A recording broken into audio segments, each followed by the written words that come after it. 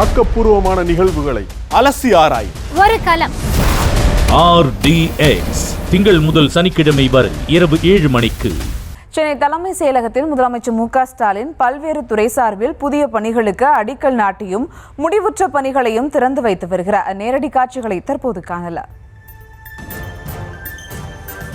அன்புடன் கேட்டுக்கொள்கிறேன்.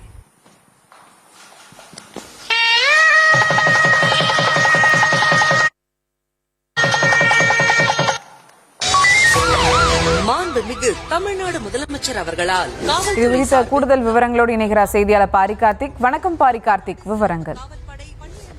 வணக்கம். தமிழ்நாடு முதலமைச்சர் திரு மு.க.ஸ்டாலின் அவர்கள் தற்போது தலைமைச் செயலகத்திலிருந்து தீயணைப்பு மற்றும் மீட்புப் பணிகள் துறையின் சார்பில் செங்கல்பட்டு மாவட்டம் காலவாக்கத்தில் 21 கோடியே 85 லட்சம் மதிப்பீட்டில் கட்டப்பட்டுள்ள மாநில பயிற்சி கழகத்திற்கு அடிக்கல் நாட்டுகிறார். மேலும் காவல்துறை சார்பில் 97 கோடியே 65 லட்சத்தி 61,000 செலவில் கட்டப்பட்டுள்ள 342 காவலர் குடியிருப்புகள், 8 காவல் நிலையங்கள், 6 காவல்துறை கட்டிடங்கள், அதே போல தீயணைப்பு மற்றும் மீட்பு பணிகள் துறையின் சார்பில் விழுப்புரத்தை தலைமையாக கொண்டு 1 கோடியே 4 லட்சம் செலவில் உருவாக்கப்பட்டுள்ள புதிய மண்டல அலுவலகம் மற்றும் சிவகங்கை மாவட்டம் திருப்பத்தூர் தீயணைப்பு மற்றும் மீட்பு பணிகள் நிலையத்திற்கு ரூபாய் 2 கோடியே 12 லட்சம் செலவில் கட்டப்பட்டுள்ள புதிய கட்டிடம் ஆகியவற்றை காணொலி காட்சி வாயிலாக திறந்து வைக்கிறார்.